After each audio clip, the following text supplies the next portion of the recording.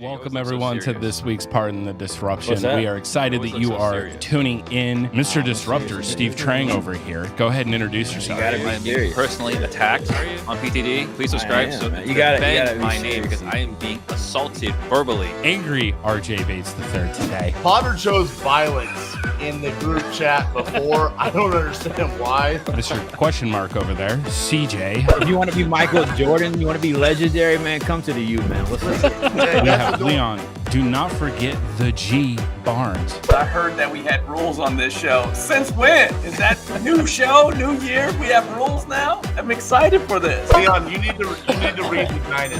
I actually have. You need to read it again and actually try to comment. Do not listen to RJ. It is not your Please do not listen to RJ. All right, everyone. Thanks for tuning in. We will see you next week. Thank you for joining us here on Pardon the Disruption. Welcome to the March Madness version of Pardon the Disruption. It's going to be a unique show today. We've got no Potter. He's out sick, so feel better, Potter. That means I get to sit in one of my favorite seats where I get to be the smartest guy in the room. I get to tell everybody where they messed up, specifically Steve. It's probably going to be the whole show. Let's get into our rules. We have 5 pre-selected questions that we're going to go through. Throughout, the guys will have a minute to answer. I'm going to give them points after each answer, and then they'll have a couple minutes to, debate. Mainly to point out how wrong Steve was and how everybody else was correct.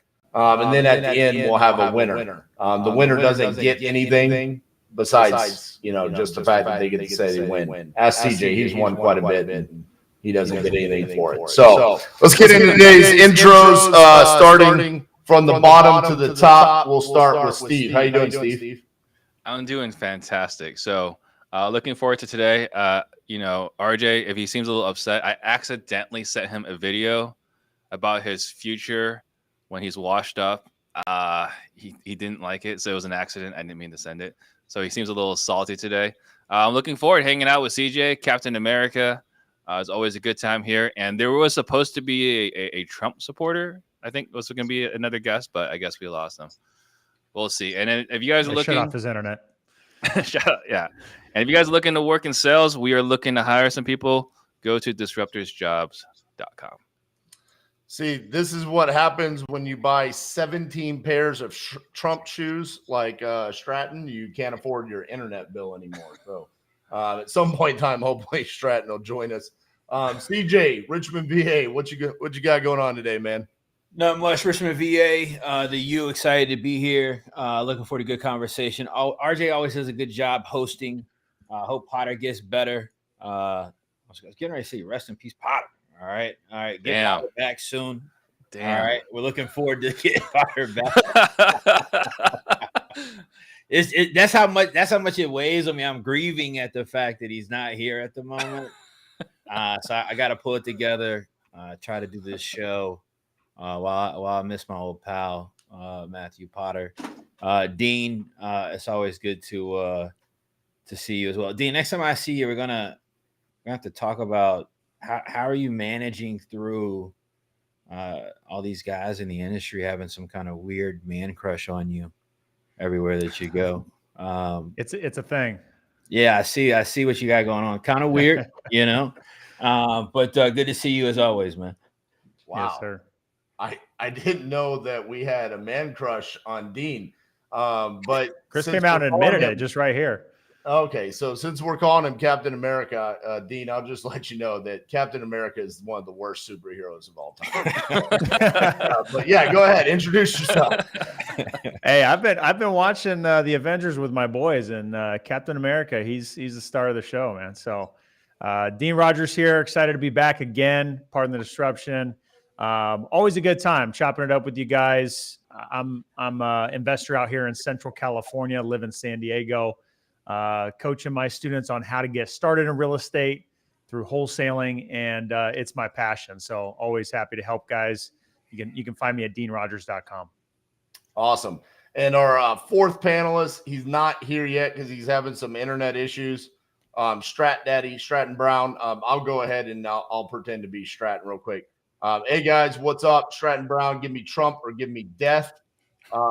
My claim to fame is I was a somewhat decent safety at Fresno State. We went 1-11 and beat the FBS powerhouse Sacramento State my last year.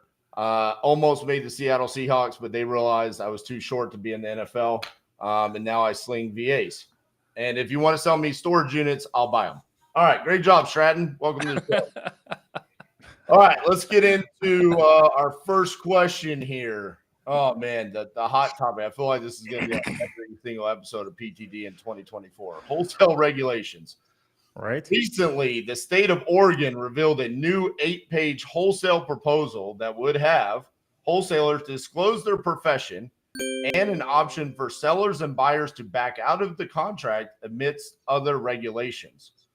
For a wholesaler in Oregon, what is a potential workaround to the new Oregon laws or advice you have for wholesalers in Oregon? Steve, start us off. Man, I wish there was a way someone could have saw this coming. Could have noticed that maybe regulations were right around the corner, and maybe put something together like an installment method kind of deal to work with something like this. You know, a way to close a deal, have equitable ownership, not just equitable interest, so you can control the transaction. If only there was a way, if someone could come up with that on installmentmethod.com.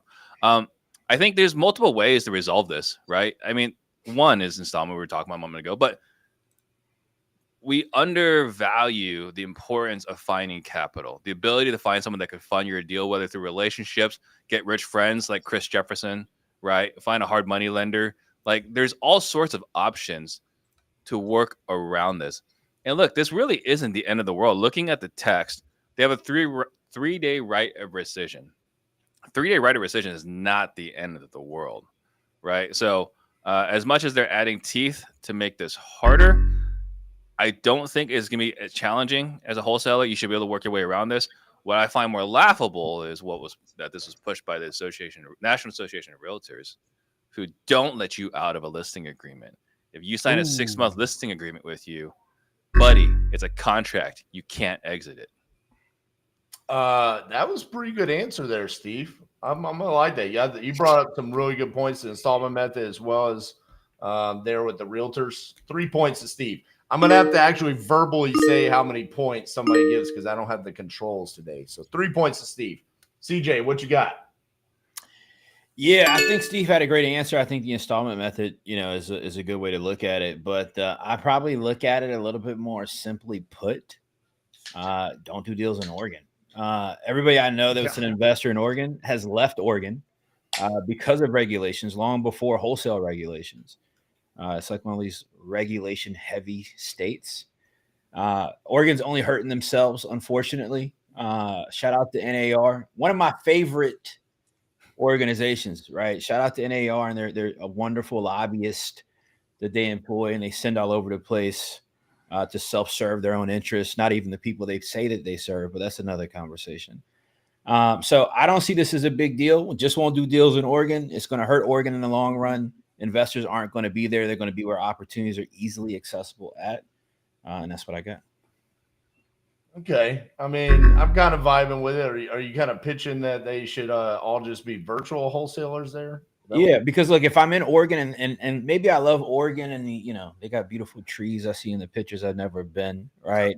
What is it, Lake Oswego or whatever? It looks beautiful, even though nobody can ever afford to live there. Shout out to affordable housing. So if I'm a wholesaler in Oregon, it's 2024. It's not 1999. If you want to wholesale, you go wholesale virtually. It's super simple and easy to do. There's this guy that does a bunch of videos every day on YouTube. All right, you can go look at his videos. He'll show you how easy it is to do. So I don't think it's that big of a deal. Shout out to CJ for kissing my ass there. He's talking about me. 2 points. Dean, what about you? What do you think about this Oregon wholesale regulation? Man, this is just Oregon again, trying to be like California, trying to be special.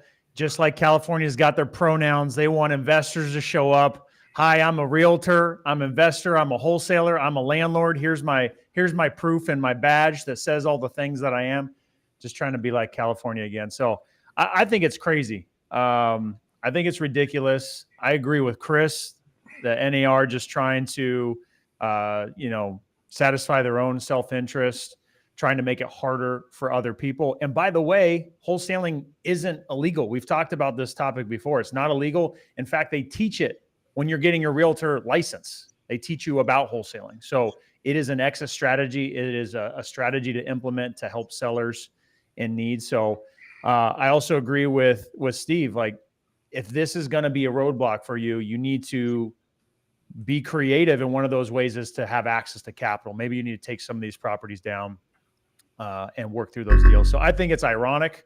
And like Steve's point, which is helpful to have in context, 3 days, I think a motivated seller wants to sell. If they're going to back out in 3 days, they probably would have given you a hard time in the deal anyways. Okay. They probably weren't that motivated. So you got to work through those objections up front.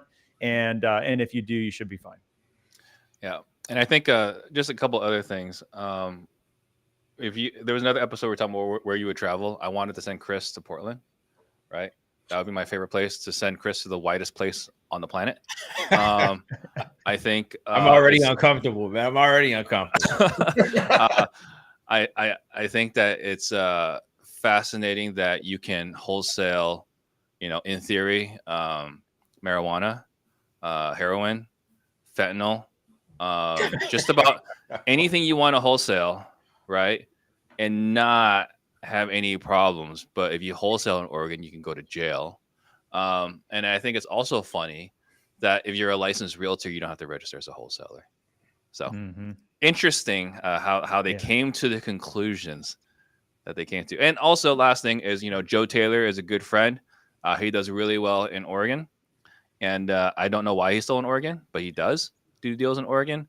And the biggest loser in all of this are the homeowners that need help, because now they have to sell it for a deeper price for an investor like Joe for it to make sense for him.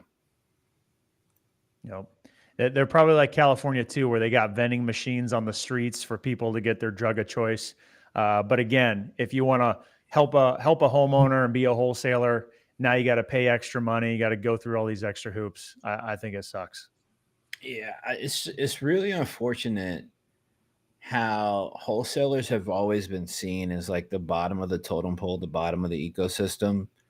Now this emergence of marketing and social media over the last 5 years, and now it's everywhere, right? And people are freaking out. All these wholesalers, or all these realtors rather, with their old, profile pictures on Facebook, telling everybody to go buy a house at the top of the market at any time, because it perfectly makes a lot of sense to do that, right? They're all like up in a wedge that people wholesale houses and make money from it. I think it's really sad. I'm excited though about one thing about this law, because again, I've never been to Oregon. I don't know if I ever make it out there or not. I'm starting to GoFundMe. Yeah, please. But I'm excited to see all the realtors of Oregon stink it up with people that got real problems, real situations that they got no clue how to solve, other than let me throw your house on the market. Yeah, I think that's going to be interesting across the board with all of these states that are passing regulations. Real quick, I want to go back to Dean on his initial answer. 2 points for Dean. Steve coming in with the fire there, basically just roasting Oregon across the board, and I just loved every last second of it. So 2 more points to Steve. Here's my thing. I knew Oregon was in trouble back in 2015 when the first ever wholesale transaction I did there, the city of Portland sent me an art tax bill that I needed to pay for the artwork that they have in the city, because I wholesaled the property in the city of Portland. So they've had issues for a while. All right, let's move on to our second question here.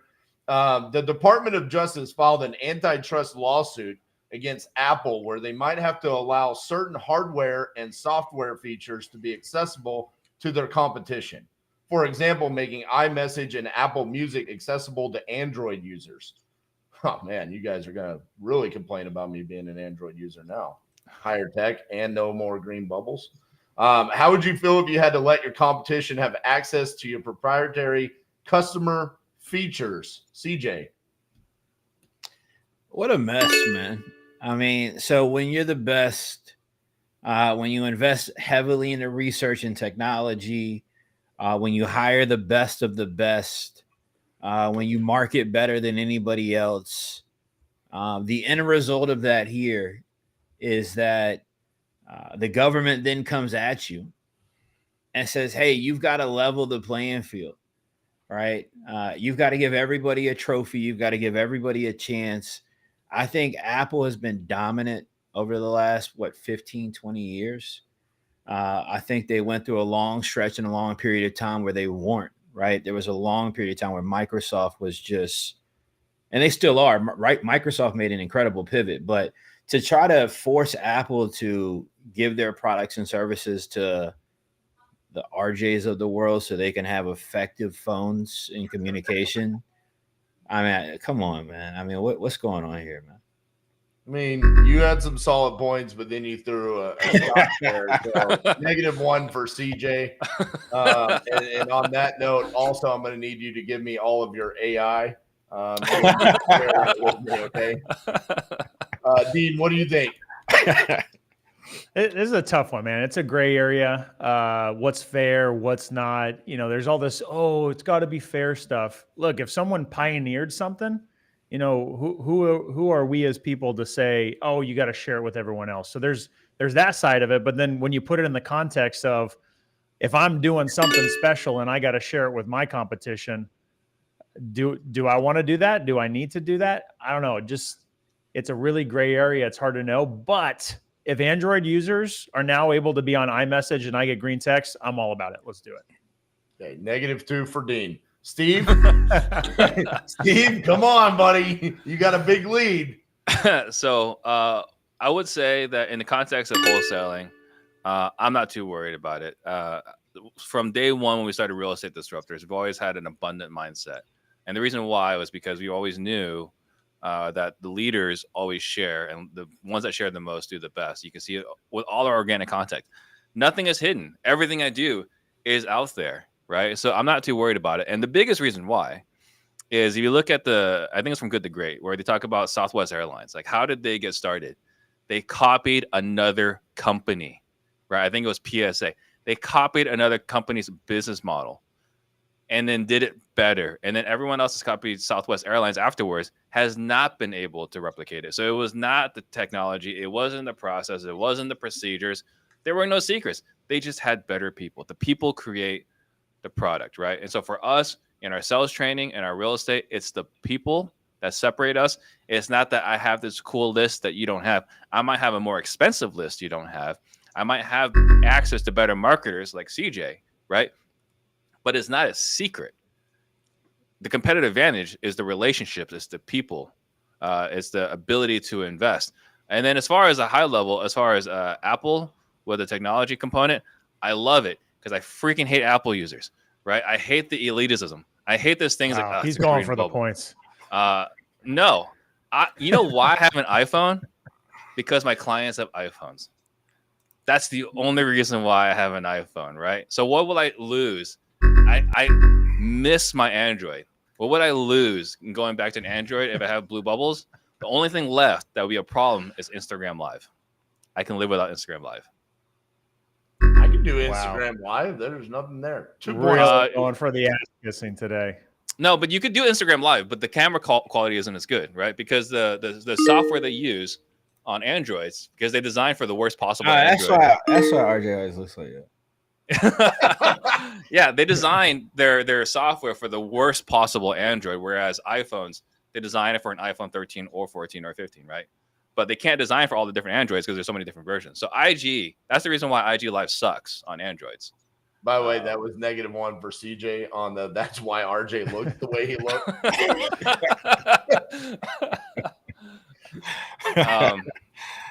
So yeah, we can get past the elitism. This is a win for me personally. I may not agree with it on a corporate level. For my business, it doesn't matter to me. On a corporate level, I don't agree with the decision, but whatever. I hate Apple, so it's fine.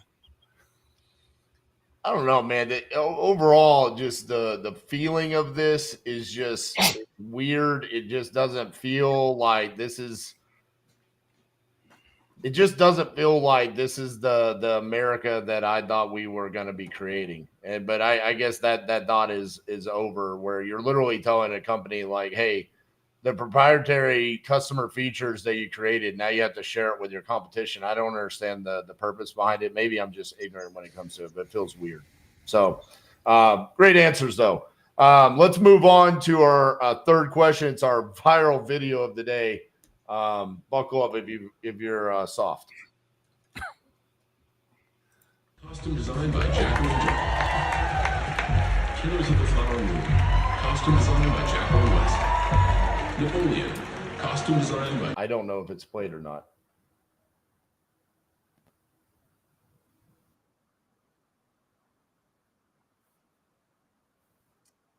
All right.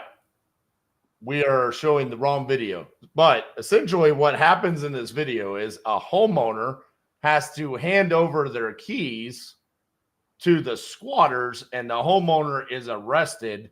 And I believe this is in New York State. So the basis of this is what are our thoughts around a homeowner being arrested for being in their house and having to hand the keys over to the squatter? Dean, what do you think? So this is in New York, I think, right? Not a whole lot different to California. I run up against this. We have a property right now that we're closing on tomorrow. The homeowner is selling it because the person they were trying to help out for the past couple months, which is now a squatter, was abusing them, literally hitting them. It's known by the police, but the police can't do anything. They said, you got to file an eviction. There's nothing you can do.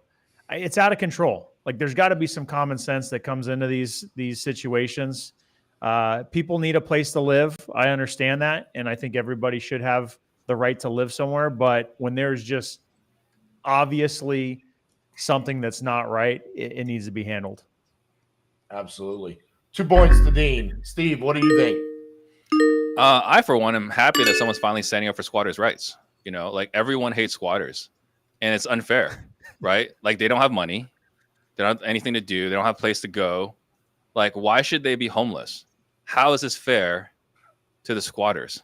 So I'm glad that we have California, New York, potentially Washington and Oregon standing up for squatters' rights, so all the squatters can move to those states.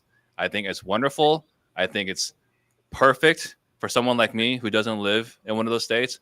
It's a beautiful situation, and I think that's the way it should be. I mean, we talked about it a few weeks ago about the Trump having to pay a $500 million fine, right? This is New York. New York's leading the charge.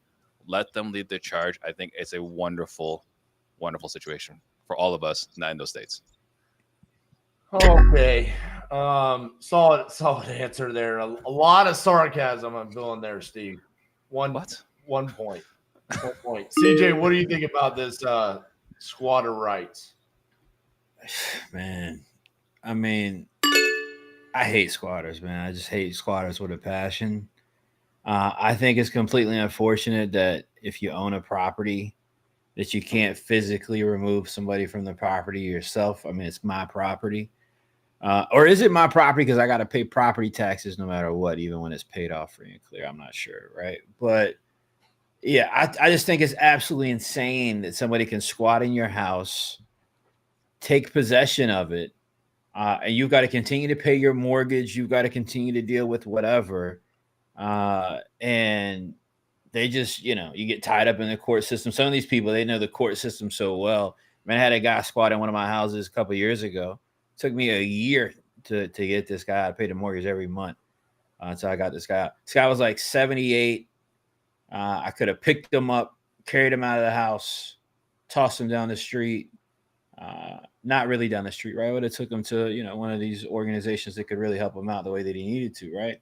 But I just think it's completely unfortunate, man. It's sad that that happened to somebody that owned the property. CJ, good answer. 2 points to you. But real quick, I was doing some math. There is no more affordable housing than just being a squatter.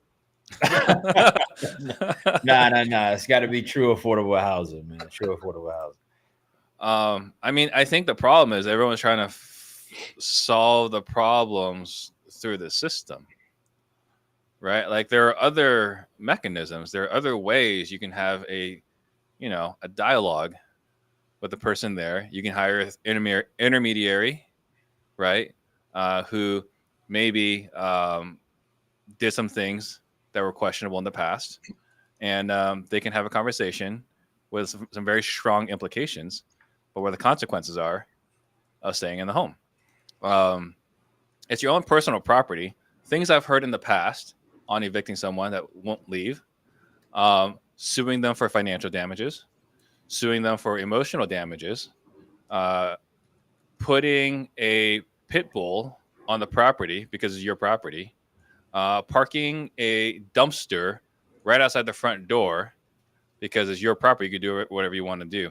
So there are other ways to encourage someone to move out. So, I don't think you just have to go through the traditional means. I just heard another strategy that one of my buddies offered up when I told him about the story I'm going through right now of this squatter abusing the homeowner, and part of why they're selling. I heard that you could have other people move in and just raise hell while they're in there. All the things you said, Steve, are all other good ideas, but man, it's just wild to me that you could own a property, like Chris said, pay the mortgage, have all the liability. You got to pay to fix this house up for any damage they cause, but you can't get them out. It's just the craziest thing. Yeah, and if they tear it up, Dean, guess what? You get the code violation. Right? You get the code violation. You still got to take care of the code violation. You still got to pay taxes on it. You still got to pay insurance on it. And this lady went and changed the locks, and they put her in jail. America's getting a little soft, Dean. If I could admit, if this was like 2020, man, I heard you guys talking earlier about the right. I think the right would be rioting in the streets. All right. Wearing their Trump sneakers, marching all over the place, all over Facebook, talking about how this needs to be solved. I don't know why this is happening. I think it's just absolutely insane. I feel like you got some PTSD, Chris, when we're talking about squatting. Nah, dude, I told you I had a guy in a house. This guy drove me nuts, man. It was just like monthly squatter questions in here. I love seeing Chris just get like beads of sweat. Yeah, I just had to keep dealing with this guy for a little over a year, man. I just wanted that was us too. In 2020, we had a lady stay in a house for 14 months, and thank God the market appreciated and covered all of the expenses we incurred during that time. But she just kept working the system, man. 14 months, didn't pay a dime. Yeah, but that's where we learn about again, suing for emotional distress and suing for financial damages, right? Like you can't do this through the court system for evicting them because they have laws in place, but you can definitely hit them in other places that not everyone considers. You got to have we talk about creative financing. You got to have some creative law guy in your back pocket. In my opinion, you're chasing lost money though. Chances are these people don't have the $5,000, it's not to get the money. It's to get their awareness that there are consequences. There's a price to pay. That's fair. For messing with me. So really like everybody's answers. 3 points to CJ, 3 to Dean, 1 to Steve. Here's the thing. I don't know what is happening with this March Madness version of CJ. We have the 420 Steve, but today the March Madness CJ. He packed in his left hooks, and he's only bringing in the right hooks today. I really like that. I like this version of CJ. Strat Daddy still has added 0 value to today's episode of PTD. We do appreciate him coming in and at least showing his face, though. Good effort. That being said, we want to have a quick word from our sponsor, the Acoustic Force, Pat Hilton over there, everything he does. For us, check out this video. The world is changing. So is the world of business. It's never been easier to get your message out to the entire planet. Let me help you crack the code today. My name is Pat Hilton. My social media agency can produce you the same custom digital content that landed me on stage at the biggest business events in the world. I've rocked the roof off with the best digital marketers in the game. Getting social media content filmed and produced for your business is now as easy as ordering a cup of coffee and hopping on a video call with your friend.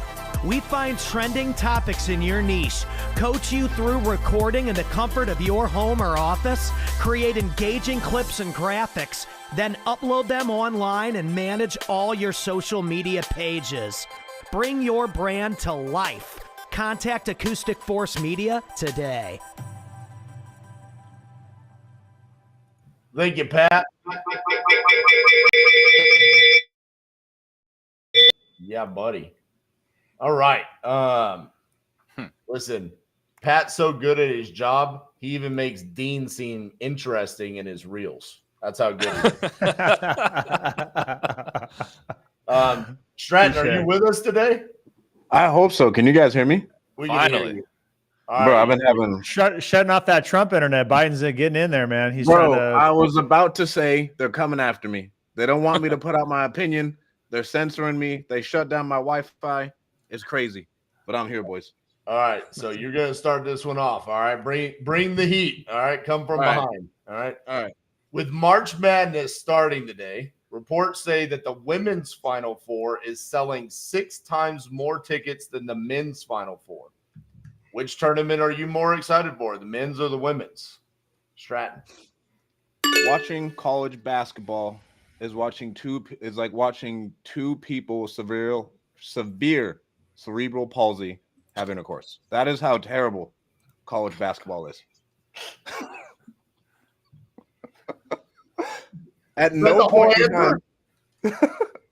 That's not the whole answer. Okay. That's not the whole answer. I'm not watching any of it because I don't think there's any star power in college basketball anymore. Right? Like now in the NBA, like I like watching the NBA because dudes are getting dunked on. Like that Jazz 7-footer he got a concussion from someone else's pelvis going on his head. Like that's entertaining.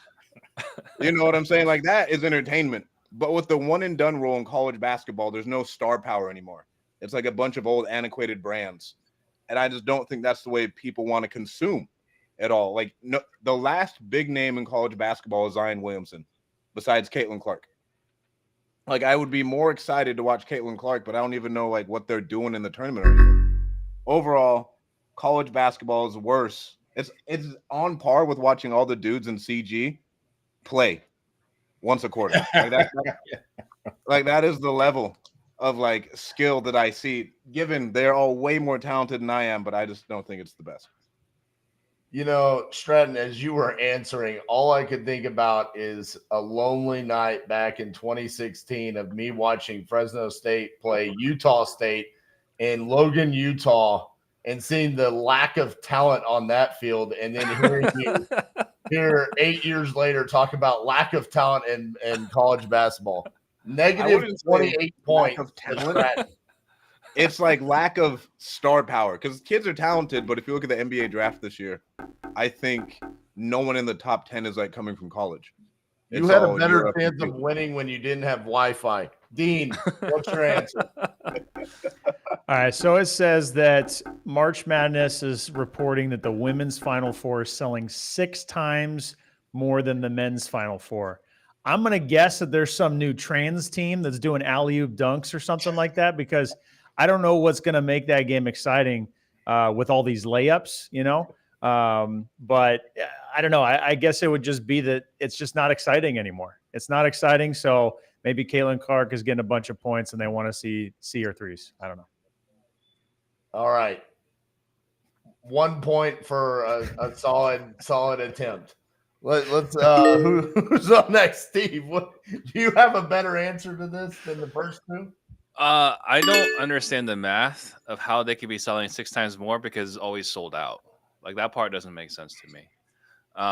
However, between the two, I mean, I tend to watch the Final Four in March Madness for the guys team just to see. I always like to see greatness, even though they're not star power. I always like to see how people perform under pressure.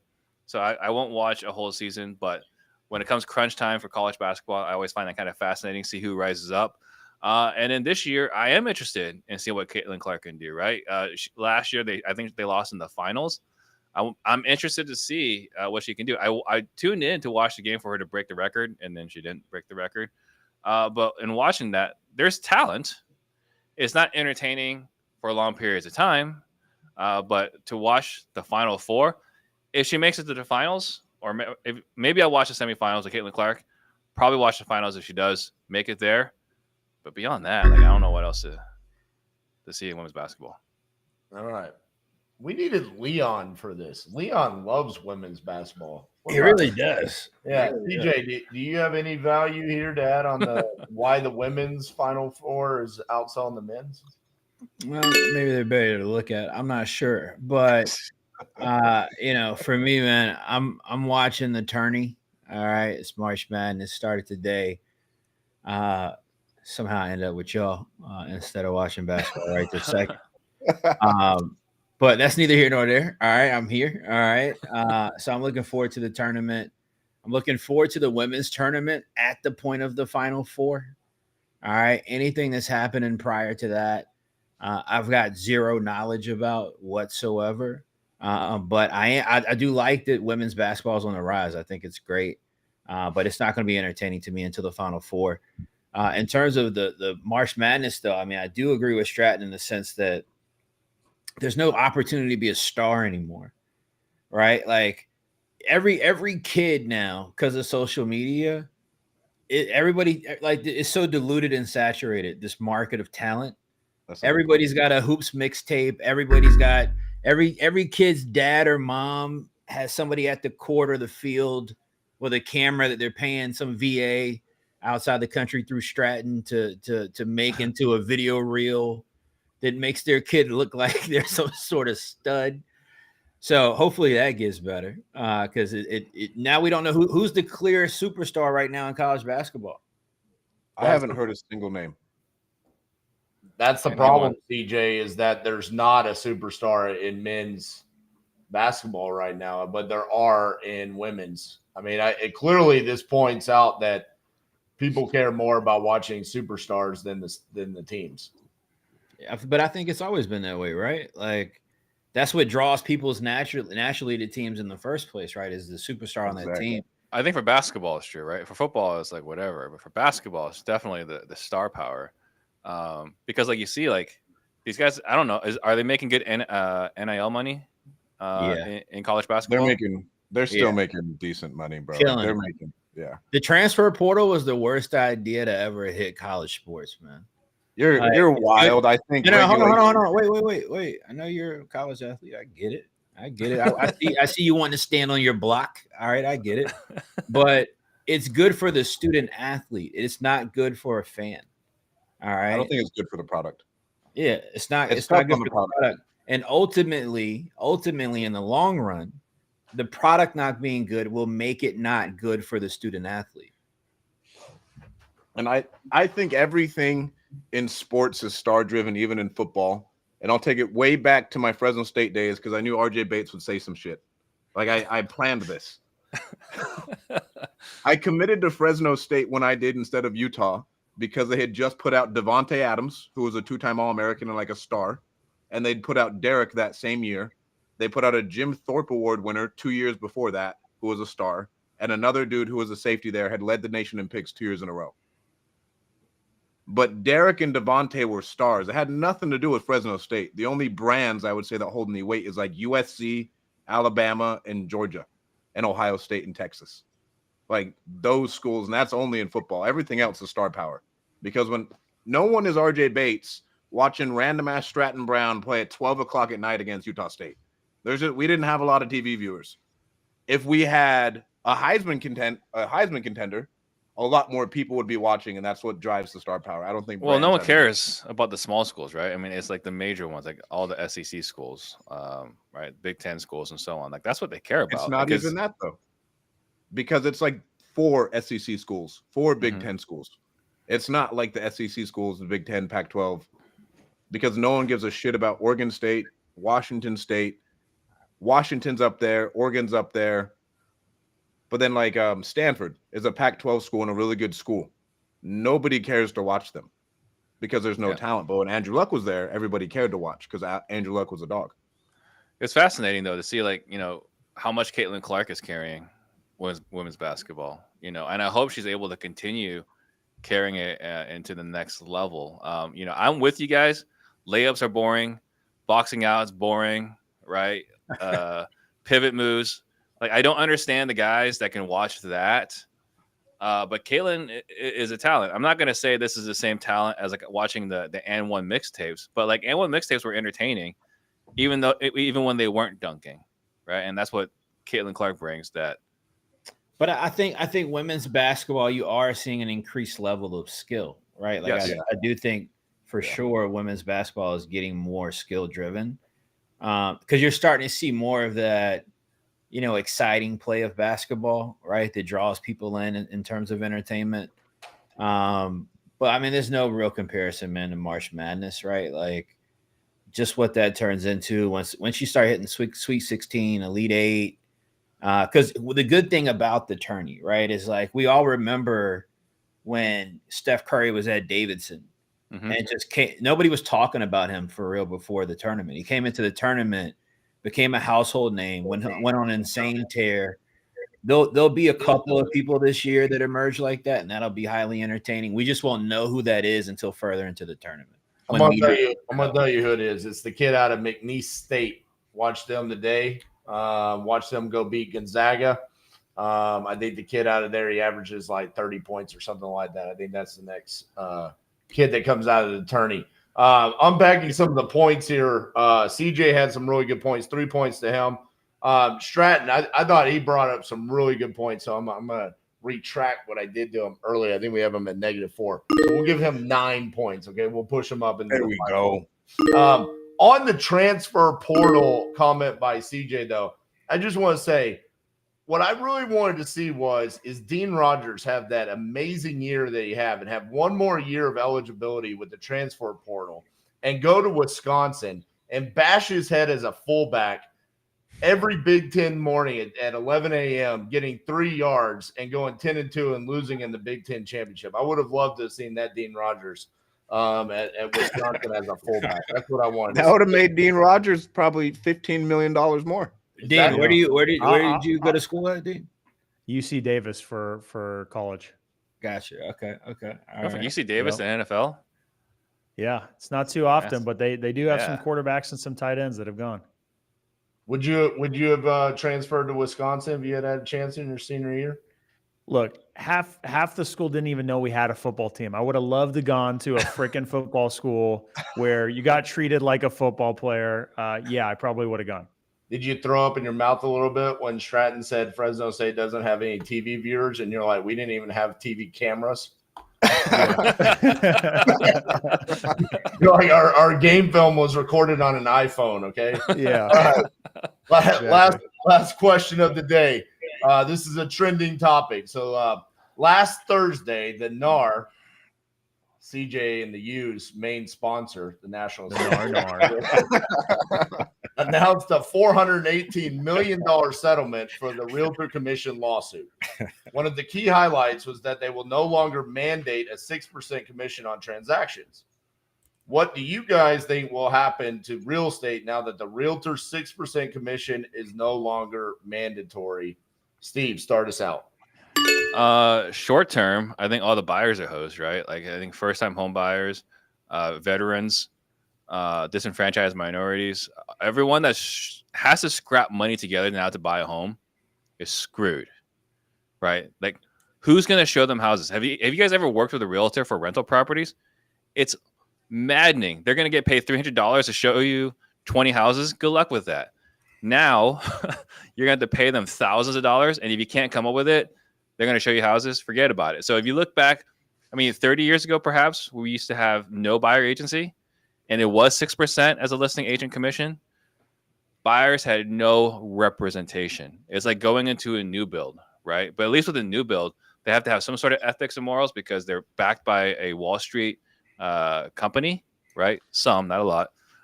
Going with a listing agent who has no interest in taking care of you, you've got no one to look out for you, and you have to come up with the money.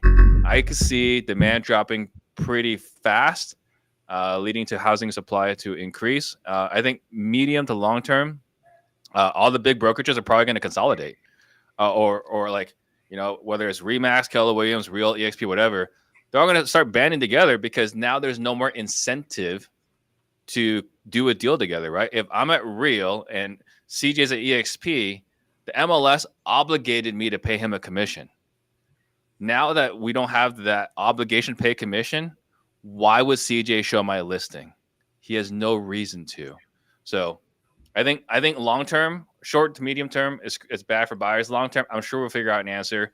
3 years from now, it won't be a big deal. But short term, a lot of people are screwed, and a lot of part-time realtors, that the ones that you guys hate, that are completely incompetent, they're all gone. So that's the one good thing about this. 2 points to Steve there. Steve, just to clarify, you're saying short term it's bad for the buyers. Are you saying long term it's ultimately bad for the sellers? Long term, it's all going to work itself out, right? Free market's free market. Someone will come up with a solution where it all evens out. But short term, buyers are screwed. Sellers probably screwed a little bit. Housing prices might go down because supply is going to go up. But long term, it's all going to even out one way or another. Awesome. CJ, what do you think? Yeah, first and foremost, man, shout out to Nar. I just, when I saw this, I just wish that I could have been in the room, just silently, when this was just brainstorm. Like I wish I could have been there the moment that it came up as a thought, when somebody said, "Hey, what if we just got to do this?" Right? What if we make them do this? So now this concept of like not paying 6%, not compensating buyer's agents, I think it's going to be problematic. I think that if you're not going to compensate a buyer's agent, I'm not an agent, so I can say this because agents don't like to admit it. Guess what? Newsflash, agents care quite a bit about commission. Oftentimes they care more about commission than they do their client. If you think you're going to be listing properties and not pay buyer agent commission, and people are going to be bringing people to your house, you're sadly mistaken. All right. You're going to need to make sure that you compensate people, if you're a seller, for selling your property and bringing buyers to you. If the general public takes this, investors, I think, get that concept, but the general public, if they take this and say to themselves, hey, I'm not going to pay a buyer agent commission, I think, like Steve said, supply is going to continue to start to increase, and it's ultimately going to be pretty problematic. Anytime CJ talks about realtors, it makes me happy. So 3 points. We're aligned on that. Stratton, what do you think? I mean, if you're a realtor, your life is over, in my opinion. They were already dead to begin with. It's okay. They were bums. We didn't lose anything. But if you were not in real brokerage, shout out Potter, I think you were really screwed, because I think the MLM aspect of that was a very, very good thing. And now that let's say, returns are going to be diminishing significantly over time, since it's not propped up by the mob, you're screwed. I see at no point in time that the seller is always going to have to pay for that buyer's commission if you don't want supply just to get out of hand, because I don't, like Steve said, I don't see people being able to scrape up that extra money to pay that guy. It was a good system because the seller had the cash to do so. They could pay it with the proceeds. And then now what I see that realtors, more than ever, there's going to be consolidation, but then there's going to be really, really niche down skills that are going to provide a very specific offer to very specific clients, like how Potter is with like the short sellers. And it may be like, hey, because your offer is going to have to be so good and tailored to that person in order to stand out in a marketplace where everything's going to go down to zero as far as commissions go. Because no matter what, if it goes free market, people are going to be doing stuff like the homie people came out a while ago, like as a flat listing. Now you'll have a new random person come in, just like another stupid wholesaler comes in, tries to assign a deal and make $500. The free market dictates that, and that's what drives up prices. You'll have an agent come and say, hey, I'll do it for $20. I just want the experience. But you're going to have really, really good offers as far as what you offer. You have to pick up your phone now, realtors. I'm sorry. I know you hate talking to people, but if you pick up your phone, I promise you'll be able to work with more clients. Just want to clarify before I give you your points. What you're saying is that moving forward, realtors are going to have to develop a skill set. Is that what you're saying? Realtors are 100. They're gonna have to get. I think it'll be very knowledge based skill set. They have to be educated and get a skill set. You're asking a lot. Bro. Objection, Your Honor. 6 points to Stratton. That's the answer of the day so far. Dean, what about you? I'm just curious, who's going to bring buyers to my property that I listed to flip? Who's going to bring the buyer? Because one way or another, I know these I've flipped hundreds of houses. One way or another, there's got to be activity. I think this hurts sellers in the short term. Okay, as people are scrambling things, I think it's going to take longer for your properties to sell, as the knee-jerk reaction is going to be buyers agents looking for another job. That's just the reality. What I think is going to happen, and I've experienced over years of experience flipping houses, is depending upon where the market is, up or down, you as the seller have to be prepared to credit for certain things, right? We've done a lot of credits in my market in Central California, where we have a lot of entry-level first-time home buyers getting FHA loans. We have to credit closing costs a lot just to cover the mortgage fees. And that's our best offer on the deal. And so we have to account for crediting to cover some of their costs. I can just see where this plays out. You as a seller are working with your listing agent. They're preparing you and telling you, sitting you down as the homeowner and saying, look, if you want to sell this fast, you need to offer up to pay for a buyer's agent. You need to include in your listing description that you're willing to cover the buyer's agent fees. And that's when it is going to get the buyer's agent to do the work and hustle to find someone for that property. So a couple of things. There are rumblings that the Department of Justice is not going to allow sellers to pay buyer's agent commissions after this ruling. Ooh. That will screw. Man, this is exciting. This is exciting. Yo, That shout out really. to NAR, man. You wanted me to get some charged up energy? Put a dagger in there. Shout out to NAR. Yeah, go to startflippingdeals.com. Yeah, well, that's what I was about to tell you, man. I wrote down the other day.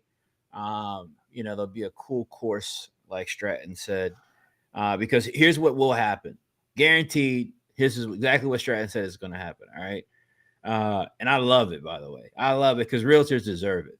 All right, what's gonna happen? And this is why they're freaking out. I used to own a brokerage. I'm still in all these Facebook groups with realtors. They're freaking out right now, and I love it. All right. And so here's what'll easily happen. Somebody like me will make a course on how to make money being a realtor. It's going to be a beautiful course, by the way. All you got to do is get your real estate license, and you can go get paid $500 a clip, because people are going to lack confidence in the paperwork still. They're going to lack confidence in the process still.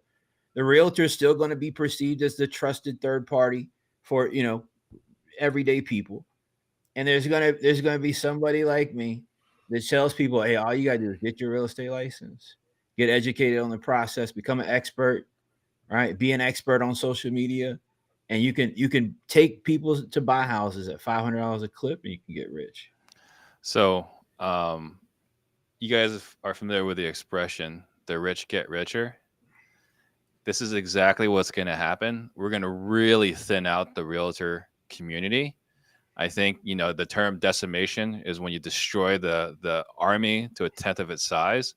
I think it'll be even worse than that. However, the kings on top that remain are just going to crush, right? They're going to be just develop massive market share, which, by the way, I don't think is good. I don't think this is good, but I think this is going to be the result. Why? Because when they get the listing, all they have to do now is find buyers, right? Now they have to find buyers. Now they're going to collect the whole 6% commission or more. So they're going to crush. The other thing too, I have this great pleasure being a licensed realtor since 2007, having a brokerage all this time, and doing dispo sales training now, right? Because we help people with sales training, and we help these large teams with their dispo process. You know who are the best buyers agents? Dispo agents. Because these guys actually work to find buyers to sell deals for the properties that the owner has. So the best buyer agents afterwards are going to be dispo agents working for these teams. I don't think they're gonna get richer. I don't see the 6% like lasting. I see it being a very, very competitive. It's gonna get diluted. Yeah, like it's gonna get diluted, and your life is gonna suck, and you're gonna end up working for pennies, just like any other. Like when a true free market comes in, something that's as old as time. It's been a free market. This is ludicrous. It's been a free market this whole time. Like this idea that it hasn't been a free market. It's been a free market, but it hasn't been understood that it's a free market. Yeah, I know you guys say this. I hear you. It's the truth. You guys are so wrong. It's the truth. Anybody who wants to buy a house who's not in the business, I'm talking about selling house, the one that pays the commission. Well, it's the same problem. Same thing. It's the same problem. Whether you want to buy a house or list a house. For since forever, the construct is that you need a realtor to do so.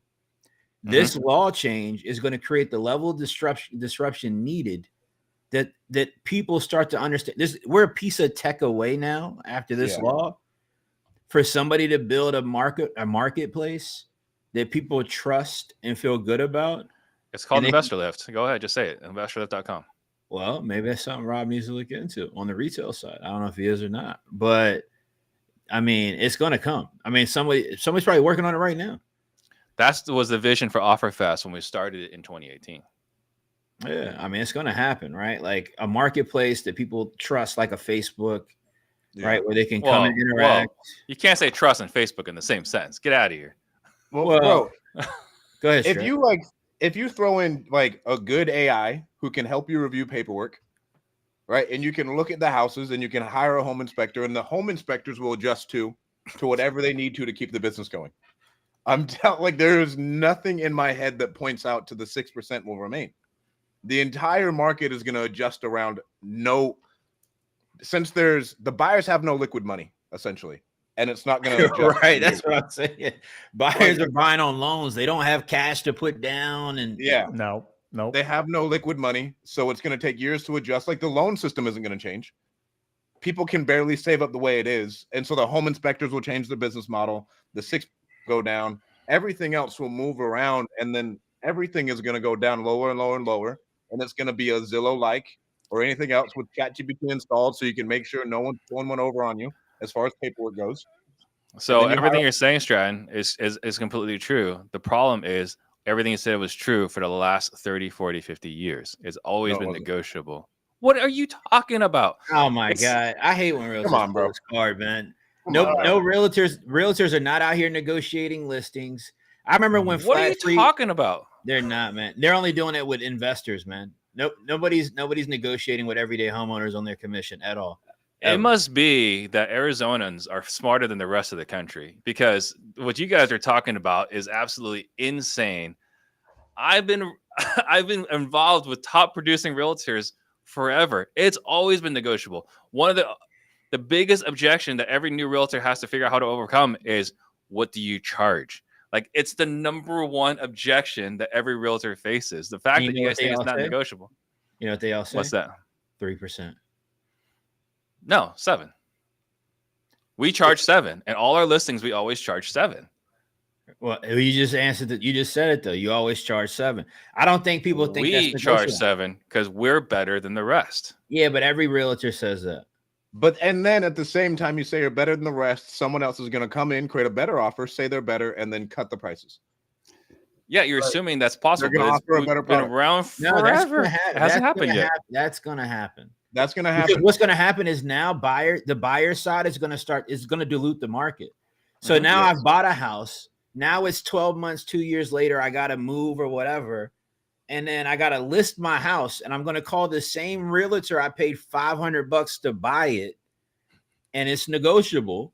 I'm going to say, yo, Strat, I paid you $500 when I bought this thing. I'm selling it in the same condition today. I got $500 for you. All right, and you get a $500 service.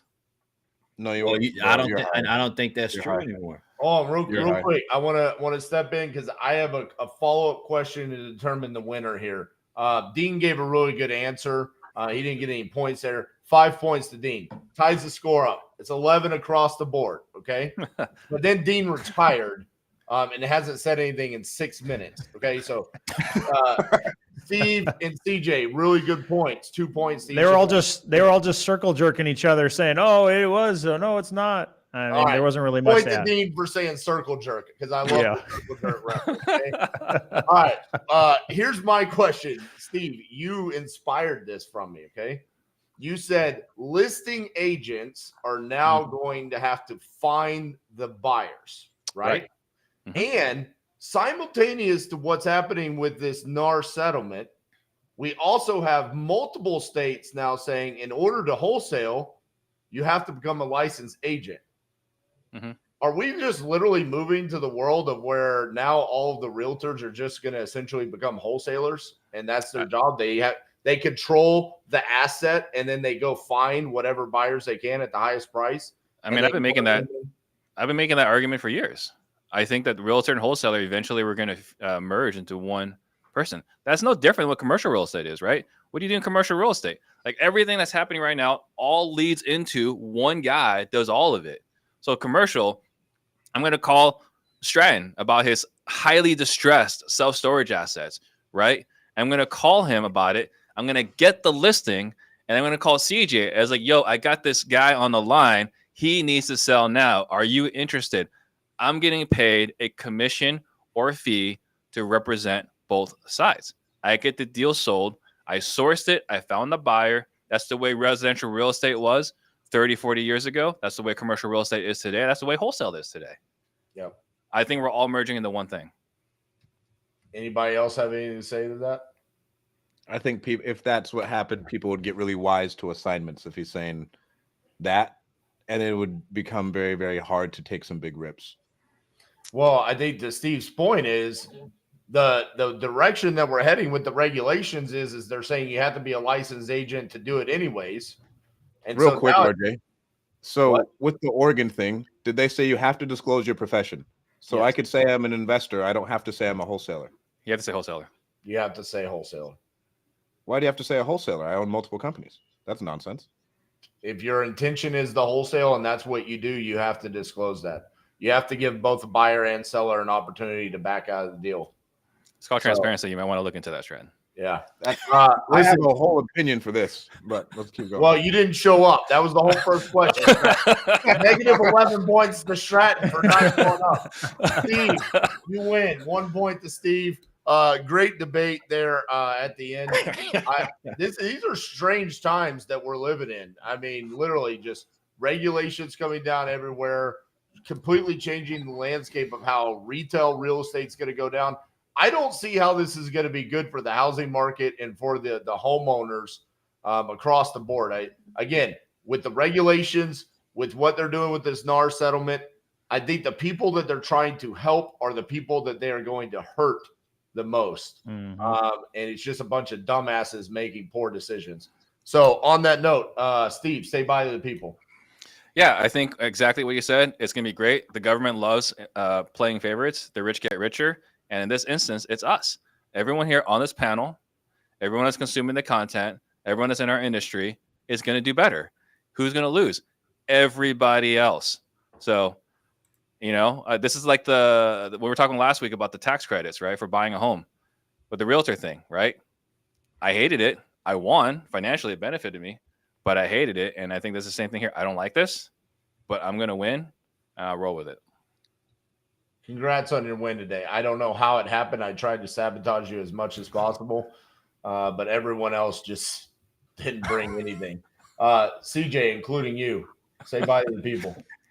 Bye to the people. Good episode today. Good conversation.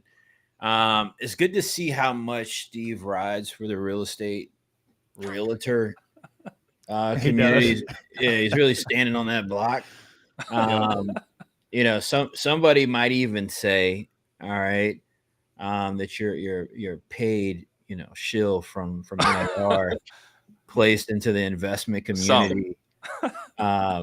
Some would. I'm not saying I'm saying it. All right, somebody's saying it. Somebody might say it. That's all. All right, but good to see you guys. Good episode, and peace out. Stratton, I know you just got here, but say bye to the people.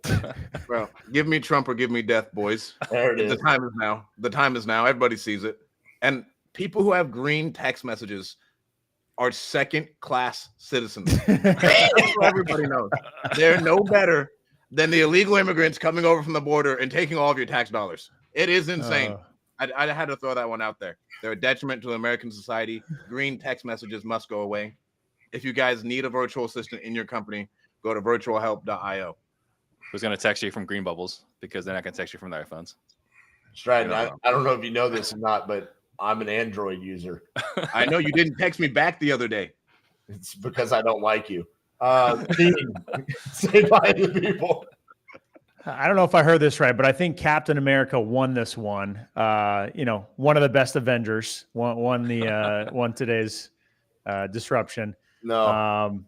And just like I think the takeaway I took from today, just like Steve's NFT in the background, you have to adjust and pivot, right? Things are going to change. You got to be prepared for change. You don't want to be on the wrong side of change, okay? So if you can adjust and pivot at the right time, you're going to be the one that comes out on top and wins. So you guys, if you want to connect with me, you guys can go to deanrogers.com. Man, if I could change the winner right now, it would definitely be Dean, just for bringing up Steve's NFT. That's all. That's all I'm saying. Great episode, guys. I'm sorry, Steve. I'm RJ. I apologize. I really do. That's the NFT behind you? Yeah. Let me. Do you mind just moving to the side a second? Yeah, move to the side. Jesus Christ, man. He proudly shows it off every part of the disruption. It's amazing. That's who I am. Nah, that's great, man. Way to eat it, man. Way to eat it. Never give up. Make mistakes. Never make give mistakes. I own it. I own them. I like that. I own all mistakes. Never give Shout out up. Steve and the 5-5 energy. We can't forget it. You can't forget the 5-5 energy. It's NFT energy. All right. Got the legs twirling. You know what I'm saying? All right, boys. All We're right. done. We're done. Great PTD. Okay, Potter, get better. We'll see you guys next week. Find me in the transfer portal.